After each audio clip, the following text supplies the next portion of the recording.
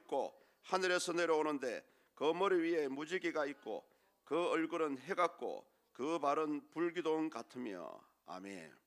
어렴풋이 누구를 가리키는지 잘 아시겠죠? 이 힘센 천사가 어떤 존재인지를 네 가지로 이렇게 구분해서 우리에게 소개를 하고 있습니다. 가장 먼저 눈에 띄는 게 뭡니까? 구름을 입고 하늘에서 내려왔다라는 말씀이 나옵니다. 그 구약 성경에 보시면은 구름을 입고 내려오시는 분은 누굽니까? 오로지 인자나 하나님입니다. 맞아요. 다니엘 선지자도 다니엘서 7장 13절에서 구름을 타고 오시는 분이 있는데 그분이 인자다라고 설명합니다. 제가 다니엘서 7장 13절을 한번 읽어드려 보겠습니다. 내가 또 밤 환상 중에 보니 인자 같은 이가 하늘 구름을 타고 와서, 화면에 나오시죠? 옛적부터 항상 계신 이에게 나와 그 앞으로 인도되매. 예. 구약에는 구름을 타고 오시는 인물은 인자이신 예수 그리스도나 하나님 자신을 가리키는 용어입니다. 마태복음 24장 30절에 보시면은 신약에 와서도 이 구름을 타고 오는 존재를 얘기합니다. 이 말씀을 하실 때에는 마지막 때 종말의 심판을 얘기할 때 이 말을 하거든요. 마태복음 24장 30절에 보시면은 이 인자를 예수님으로 이렇게 말씀하고 있죠. 우리 화면 보시고 한번 같이 읽습니다. 시작. 그때에 인자의 징조가 하늘에서 보이겠고 그때에 땅의 모든 족속들이 통곡하며 그들이 인자가 구름을 타고 능력과 큰 영광으로 오는 것을 보리라. 예, 아멘. 예, 그래서 이 힘센 천사는 하나님이십니다 또는 예수님이십니다라고 정확하게 설명을 하고 있지는 않지만은 구약에서 하나님 자신을 대행하는 여호와의 사자로 이렇게 이제 우리가 이제 이해를 할 수가 있습니다. 두 번째 힘센 천사에 대해서 이런 표현을 하고 있죠. 머리 위에 무지개가 있다. 성도님들, 무지개 하면은 생각나시는 게 뭡니까? 구약에 나오죠. 무지개는 하나님의 심판을 상징합니다.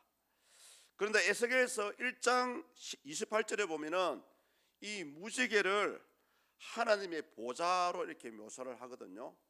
제가 한번 읽어드려 볼게요. 그 사방 광채의 모양은 비 오는 날 구름에 있는 무지개 같으니 이는 여호와의 영광의 형상의 모양이라. 예. 그리고 우리 지난번에 봤던 계시록 4장 3절에 보시면은 무지개가 하나님의 보좌 뒤로 이렇게 둘러쳐 있다라는 그런 묘사도 나오고 있습니다. 그래서 이 본문에서 이 힘센 다른 천사가 누구인지는 지적해서 말하고 있지 않지만은 어렴풋이 우리는 누구인지를 이제 하나씩 이해가 됩니다. 또 천사의 얼굴이 해와 같다는 그런 말씀을 하고 있죠. 우리가 계시록을 처음 시작할 때에 계시록 1장에 보면은 인자를 설명하면서 그분의 형상이 그분의 얼굴이 해와 같이 빛났다라는 말씀이 나옵니다. 바로 예수님을 상징하죠. 그의 오른손에 7별이 있고 그 입에서 좌우에 날성금이 나오고 그 얼굴은 해가 힘있게 비치는 것 같더라. 신약에 와서 보면은요, 예수님께서 얼굴이 해와 같이 변화되는 그런 사건을 우리는 알고 있습니다. 바로 어디입니까? 변화산 사건이죠. 변화산에 올라가서 갑자기 예수님께서 얼굴이 해와 같이 밝았더라라는 그런 말씀을 하고 있죠. 마지막으로 이 천사의 발이 불기둥과 같다고 표현합니다. 불기둥은 구약에 보시면은 출애굽기에서 우리가 알 수가 있어요. 애굽을 탈출한 이스라엘 사람들이 광야를 거닐 때에 하나님께서 기름 기둥과 불기둥으로 이스라엘 사람들이 나아갈 길을 인도하셨죠. 그래서 이 불기둥은 하나님의 임재를 상징하기도 합니다. 특히 아울러서 출애굽기 19장에 보시면은 시내산이 나옵니다. 이제 이스라엘 사람들이 시내산에 도착을 했는데 그때에 처음으로 하나님께서 당신이 어떤 사람인지를 모든 이스라엘 사람들에게 직접 눈으로 보여주시는 장면이 나와요. 그때에 빽빽한 구름과 함께 불 사이에서 하나님의 임재가 딱 나타나게 되죠. 그때 하나님께서 강림을 하셨습니다. 그래서 우리가 이런 본문 이 힘센 천사를 묘사하는 부분들을 통해서 볼 때에 모든 신학자들은, 대부분의 신학자들은 하나님 아니면은 예수 그리스도를 상징하고 있다라고 그렇게 얘기도 합니다. 그러나 아직까지도 이 부분에 대해서 논란이 있고요. 또 여러 신학자들 가운데서도 다니엘서 12장을 보면은 다니엘서 12장 7절에 보면은 다니엘에게 하나님의 그 메시지를 전하는 천사가 등장하지 않습니까? 가브리엘. 예, 그래서 오늘 이 본문에 나오는 천사가 가브리엘을 상징한다라고 주장하시는 분들도 있습니다. 저는 오늘 이 부분에 대해서 누구라고 정확하게 선택을 하라고 말씀은 드리고 싶지는 않습니다. 그러나 성경적인 부분을 봤을 때에 이 힘센 천사는 예수님이나 여호와 하나님 자신을 가리키고 있다라는 것을 어렴풋이 우리는 알 수가 있죠. 그런데 중요한 것은 그것보다는 오히려 과연 이 힘센 천사가 등장한 이유가 뭘까? 그 이유에 있습니다. 그것은 뭐냐면은 제가 요한계시록을 강의할 때부터 말씀을 드렸습니다. 우리 하나님은 이 요한계시록이라는 이 책에서 늘 하시는 말씀이 심판에 대해서 얘기합니다. 그리고 세상의 마지막 때를 위해서 얘기합니다. 그러나 이 심판이 있을 것이라고 말씀하시는 근본적인 이유가 있습니다. 그것은 뭐냐 하면은 우리 하나님은 모든 사람을 무조건 죄가 있기 때문에 멸망시키고 지옥에 보내고 그렇게 하려고 이 요한계시록을 주신 것이 아니고요. 설사 지금도 불신자라고 할지라도 이 요한계시록에서 심판을, 하나님의 심판이라는 소리를 듣고 회개할 수만 있다면 그런 자들에게 회개의 기회를 주시기 위해서 이 요한계시록을 기록하게 하셨거든요. 마찬가지입니다. 힘센 천사를 등장시킨 것도 마치 하나님이나 예수님처럼 보이게 하시는 것도 결국은 이 심판은 반드시 있을 것이고, 그렇기 때문에 지금도 하나님을 믿지 않거나 하나님을 믿지만 약하게 믿는 사람들에게 다시 한번 하나님을 바로 믿을 수 있는 기회를 주시기 위해서 이 힘센 천사를 등장시키고 있다라는 사실입니다. 그래서 이 요한계시록은 결국 회개를 촉구하는 책이지 이상한 해석을 하라고 또는 이단에서 사람들을 이상하게 꼬시라고 이 요한계시록을 주신 것은 절대 아닙니다. 자, 그리고 이제 우리가 살펴봐야 될 부분은 이제 이 힘센 천사가 가브리엘이든 하나님 자신이든 중요한 것은 뭐냐? 이 힘센 천사가 손에 쥐고 있는 작은 두루마리 책입니다. 우리 본문 2절을 같이 읽습니다. 그 손에 펴놓인 작은 두루마리를 들고 그 오른발은 바다를 밟고 왼발은 땅을 밟고. 예, 아멘. 여기를 보면은 이 두루마리가, 작은 두루마리가 있는데 펼쳐져 있다라고 얘기를 하죠. 그렇다면 여러분, 이 두루마리 책의 내용은 무엇일까요? 오늘 이것을 좀 알아야 되는데, 물론 넓게 보면은 복음입니다. 그러나 정확하게 이 두루마리 내용이 가리키고 있는 것이 나와요. 본문 9절과 10절에 보시면은 이 책의 저자인 사도 요한이 먹었습니다. 그리고 11절에 보시면은 요한에게 뭐라고 합니까? 예언을 하라고 그러죠. 그 예언이 뭐냐 하면은 바로 이 작은 두루마리 책에 적혀 있는 내용을 불신자들에게 선포를 하라는 그런 말씀입니다. 그래서 이 두루마리의 내용이 어떻게 보면은 중요하죠. 11절에 보십시오. 11절에 사도 요한 보고 복음을, 예언을 선포하라는 그 대상들이 누굽니까? 보십시오. 많은 백성과 나라와 방언과 임금이 등장하죠. 계시록에서 이런 사람들은 보통 심판을 받는 무리를 가리키는 의미입니다. 쉽게 얘기하면은 하나님을 믿지 않는 무리들에게 하나님의 심판에 대해서 예언을 하라고 이제 말씀을 하고 있는 부분이죠. 그런데 그레고리 필이라는 신학자가 있습니다. 그분이 지었던 요한계시록 그 주석책에 보면은 이 요한계시록 5장에 나오는 봉인된 책이 오늘 펼쳐져 있는 작은 두루마리 책이라고 이렇게 얘기를 해요. 잘 들어보십시오. 나름대로 의미가 있습니다. 사실은 우리가 좀 기억이 가물가물하지만은 요한복음 6장부터 요한계시록 6장부터요 8장 1절까지 보면은 어떤 내용이 나오냐면은 처음에 요한계시록 5장 2절에서 봉인된 책이 등장을 하고요. 그 책이 하나씩 인이 떼어지면서 하나님의 심판이 집행이 되었습니다. 자 보십시오. 이 봉인된 책에서 인이 떼어지면 어떻게 될까요? 책이 점점 펼쳐지는 거죠. 예, 그래서 고레고리 필이라는 신학자는 요한계시록 5장에 등장했던 봉인된 책이 인을 떼면서 하나씩 펼쳐지기 때문에 이 요한계시록 10장에 와서는 이미 펼쳐진 책이 되었다라고 얘기를 합니다. 그래서 이 작은 두루마리 내용 속에는 이 심판받는 무리들에게 전하는 메시지인데요. 그 내용 속에는 그거죠. 여러분 요한계시록을 잘 읽어보시면 어떤 내용이 나옵니까? 이 심판은 어디에서 출발하냐 하면은 예수님의 죽음과 부활에서 시작합니다. 그래서 이 요한계시록 5장에서 말하는 두루마리 내용은 결국은 예수님의 부활, 죽음과 부활을 통해서 이제 하나님의 심판이 시작되었다라는, 하나님의 심판이 계획되었다라는 것을 말씀을 하거든요. 그렇다면 결국 오늘 이 본문에 등장하는 펼쳐진 작은 두루마리 책 속에는 하나님의 심판에 대한 내용들이 나와 있다는 것입니다. 그래서 이 책 속에는 하나님의 심판의 계획이 나와 있는데 이런 내용이 나와 있죠.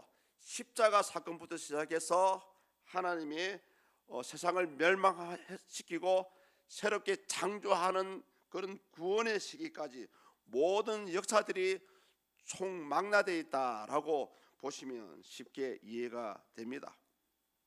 그래서 신학자들은 이 10장에 등장하는 작은 두루마리 책 속에는 바로 딱 한마디로 정의하면은 예수님께서 이 온 우주를 심판하시고 지배하는 그런 지배권이 있다라고 설명을 합니다.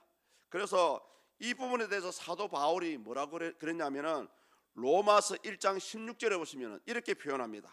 제가 한번 읽어 들어보겠습니다. 내가 복음을 부끄러워하지 아니하노니 이 복음은 모든 믿는 자에게 구원을 주시는 하나님의 능력이 됨이라.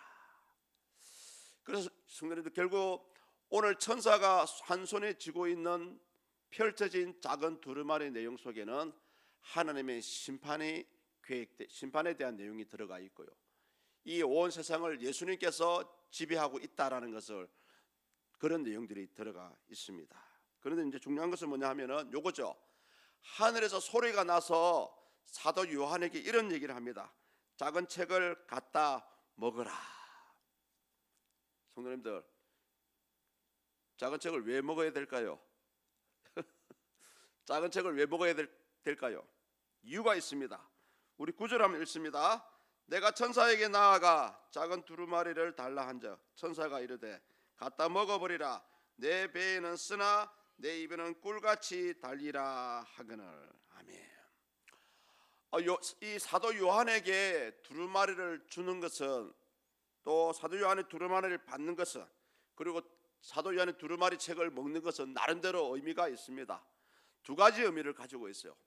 이 책을 가져가라라는 것은 뭐냐 하면은 사도 요한에게 선지자로서 이 하나님의 심판의 복음을 선포해야 된다는 것을 가리키는 말이고요. 특별히 이 말씀을 받아 먹으라는 말은 뭐냐 하면은 우리가 하나님 말씀을 받아 먹는다는 것은 바로 그 말씀과 하나가 된다는 그런 의미를 가지고 있습니다. 특별히 이 말씀을 먹는다는 것 속에는 먹는다는 의미가 뭐냐 하면은 하나님의 말씀을 마음으로 받아들이고요. 그 받아들인 그 말씀대로 우리의 삶에 적용하는 것을 의미합니다. 이것을 오늘날 저와 여러분들에게 한번 적용을 시켜 보겠습니다. 그 당시에는 사도 요한에게 이 복음을 가지고 받아 먹고 그 내용대로 선지자로서 복음을 선포해라라는 그런 메시지인데요. 오늘 저와 여러분들이 이 말씀을 우리에게 한번 적용을 시켜 보겠습니다. 과연 말씀을 먹는다는 것이 뭘까요? 잘 보십시오. 만약에 말씀을 우리가 지식적으로만 한번 읽고 듣고 알고 있다라고 한번 생각을 해보겠습니다. 과연 그것이 말씀을 먹는 것이라고 할 수 있을까요? 요거죠. 절에 가면 중들도 이 성경 말씀을 읽고요, 이단들도 성경 말씀을 가지고 자기들의 교리를 펼칩니다. 그래서 우리가 성경을 아는 지식은 필요하지만은 말씀을 안다라고 해서 그 말씀이 내가 먹었다라고 표현을 할 수 없다라는 사실입니다. 다시 설명드려 볼게요. 내가 하나님 성경 말씀을 알아요. 그런데 과연 그것을 믿을 수 있을까요? 당연히 믿는 자는 그 말씀을 믿겠지만은 하나의 지식적으로 대하는 사람에게는 그 하나님의 말씀이 하나님의 말씀으로 믿어지지 않고 하나의 지식으로만 인지가 된다는 거죠. 그래서 이 본문에서 말씀을 먹으라라고 얘기한 것은 뭐냐 하면은 말씀을 믿음으로 받아라, 그런 말씀입니다. 왜냐하면은 우리가 말씀을 지식적으로만 알고 있다면은 그 말씀대로 성령의 역사하심이 있다고 말할 수가 없습니다.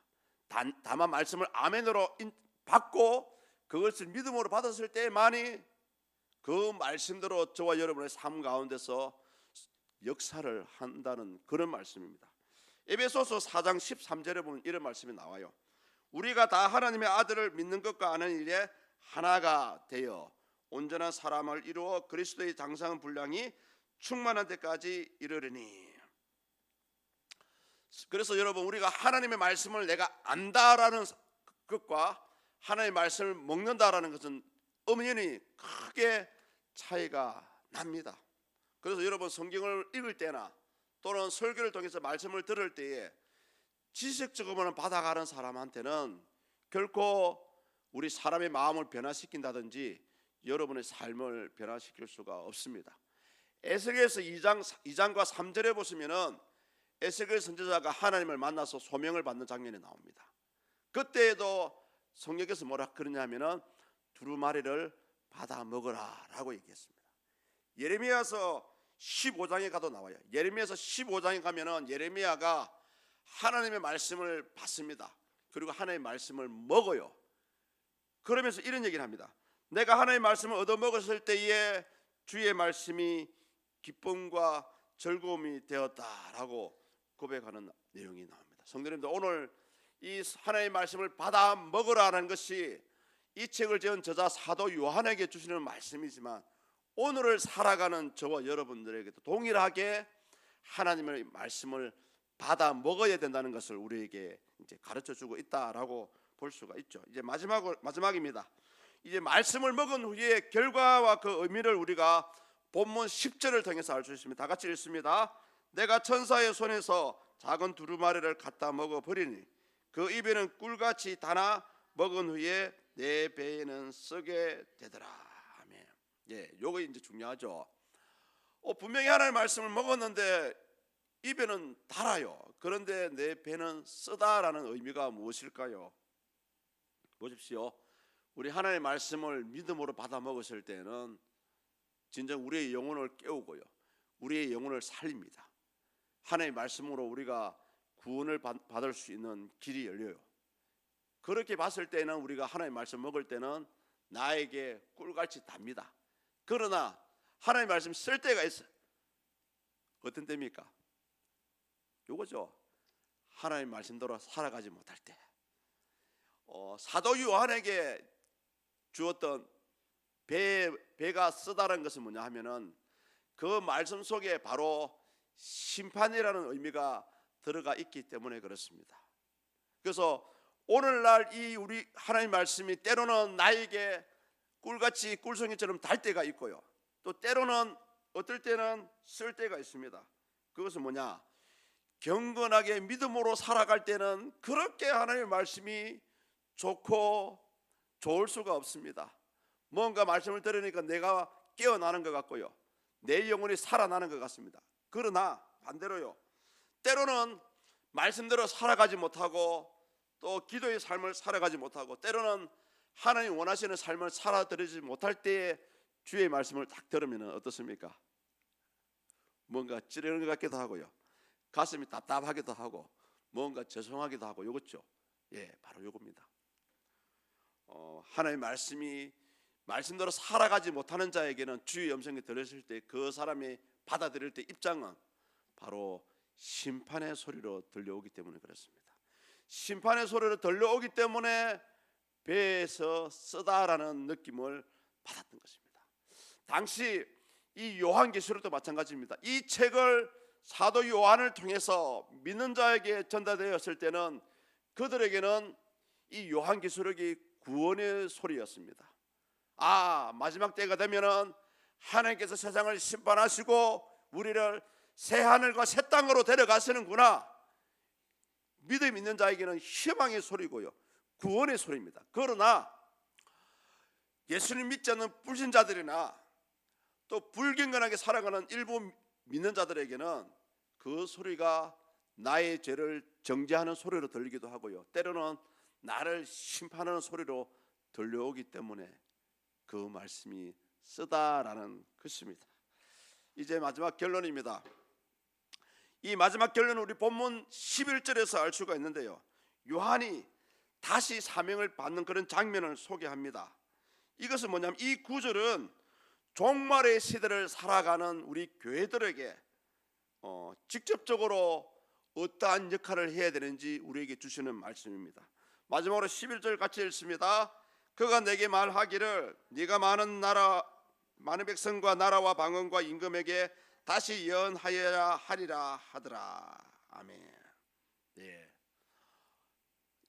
앞부분에서 이 말씀을 미리 말씀을 드렸습니다. 하나님께서 사도 요한에게 요구하신 것은 뭐냐 하면은 불신자들에게 또 주를 열심히 믿지 못하는 자에게 심판이 있다라는 것을 다시 한번 선포하라는 그런 말씀입니다. 오늘날 이 말씀을 우리가 정해 보겠습니다. 사도 요한은 이미 죽고 없습니다. 그러던 이 사명이 누구에게 갔을까요? 바로 여기 있는 저와 여러분들과 교회 공동체에게 이 사명을 감당할 것을 이제 우리에게 주셨습니다. 그래서 우리가 이 예언의 말씀을 듣고 읽는 것으로 끝나지 말아야 되고요, 현재 우리 자신의 삶에 개인적으로는 우리의 삶에 적용을 시켜야 됩니다. 또 한 가지는 뭐냐면은 하나님의 심판이 예배되어 있다라는 이 선포를 우리 교회 공동체가 할 수 있어야 한다는 말입니다. 여러분, 멀리 어렵게 생각할 필요가 없습니다. 요나를 생각하시면 돼요. 요나가 하나님께서 니느웨에 가서 몇 날 며칠 뒤에 하나님이 심판하실 것이라는 그런 메시지를 전하라 했죠. 예, 맞아요.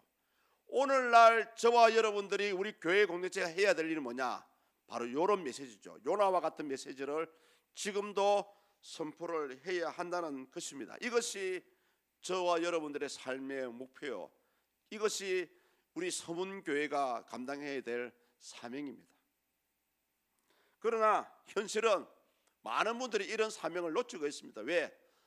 너무나 먹고 사는 것에 의식주의에 다 마음을 빼앗겨 버렸기 때문에 그렇습니다. 그러나 성경은 지금도 말씀합니다. 너희가 무엇을 먹을까, 무엇을 입을까, 무엇을 마실까 염려하지 말라. 이는 다 이방인들이 구하는 것이라.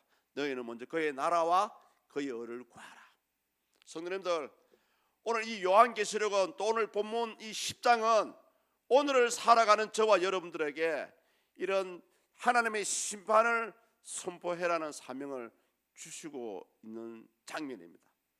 그래서 우리가 열심히 일하는 것도, 또 우리가 주어진 삶 가운데 열심히 살아가는 것도, 또 믿는 자들이 이렇게 서문의 공동체를 만들어서 모이는 것도 결국은 사도 요한이 받았던 그 심판을 선포하는 데 있습니다.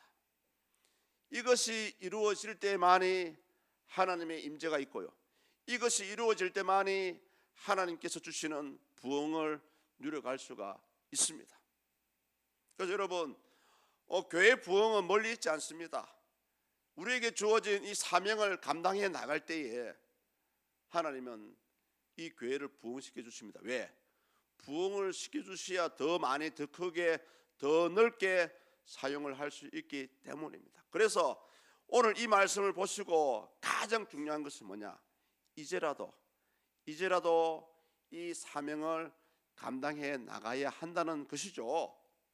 너무 거창하게 생각하실 필요 없습니다. 아주 간단한 방법이 있습니다. 예를 들어 볼게요. 지금 우리 교회에 전도연 금방이 있습니다. 그 금방을 들고 내가 전도하고 싶은 사람한테 그냥 나눠주시기만 해도 돼요. 금방을 나눠주면 그 금방 속에 벌써 함에 전도하는구나 받는 사람은 이미 알아요. 여러분, 그것이 하나님의 심판을 선포하는 모습 가운데 너무나 쉬운 방법입니다. 저한테 개인적으로 오셔가지고 한 박스씩 들고 가신 분도 계세요. 아직 많이 남아 있습니다. 지금부터라도 한 박스씩 들고 가십시오. 그냥 나눠주시면 됩니다. 그것이 바로 하나님의 심판을 선포하고 있다라는 것입니다.